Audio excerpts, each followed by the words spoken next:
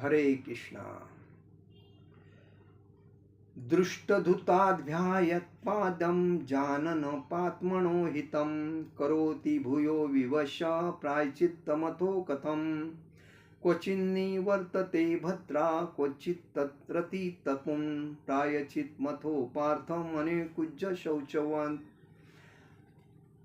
एक हाथी हमेशा नहाता है, नदी में नहाता है, अलग अलग जगह पे समुद्र में नहाता है, लेकिन वो हाथी जब किनारे में आता है तो वापिस वो किनारे की जो धूल मट्टी जो रही थी अपने बदन पे उड़ा के लेता है। वैसा ही आज इस समाज में व्यक्ति हुआ है।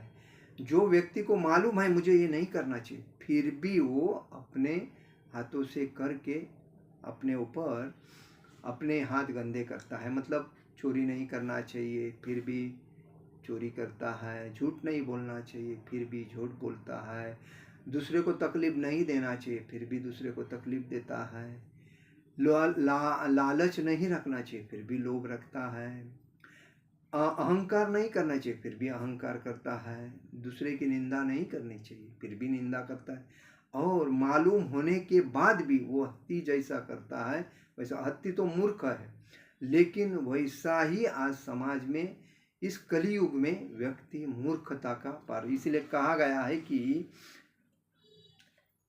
किनारे पर हत्ती नहा के पहुंचता है, वह अपने शरीर पूरी तरह धूल में छिड़क लेता है। इस स्नान से क्या हुआ लाभ? कुछ नहीं। वैसा ही आध्यात्मिक अनुशीलन करने वाले हरे कृष्ण मंत्र का जप करता है, वो व्यक्ति भक्ति में पूर्णता व्यस्त होना चाहिए, लेकिन वो क्या करता है?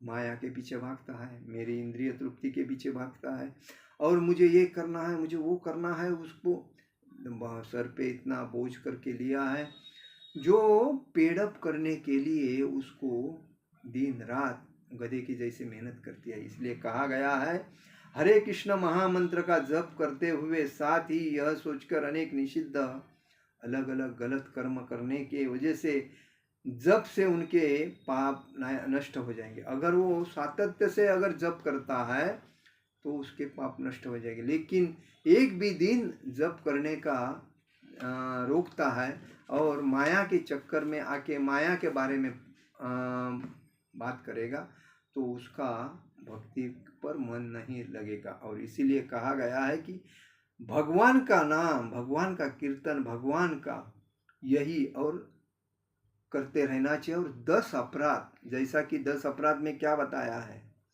नामो बलाद यस्त ही पाप उपदे, अर्थात हरे कृष्ण महामंत्र का जप में बल पर पाप कर्म करता है।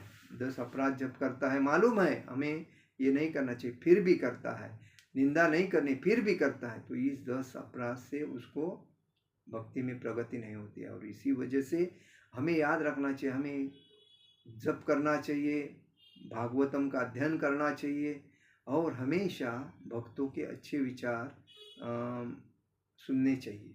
और इसी वजह से हम हमेशा टेंशन से मुक्त हो जाएंगे और भक्ति में सरस होएंगे। हरे कृष्ण कृष्ण कृष्ण हरे हरे, हरे राम राम राम हरे हरे।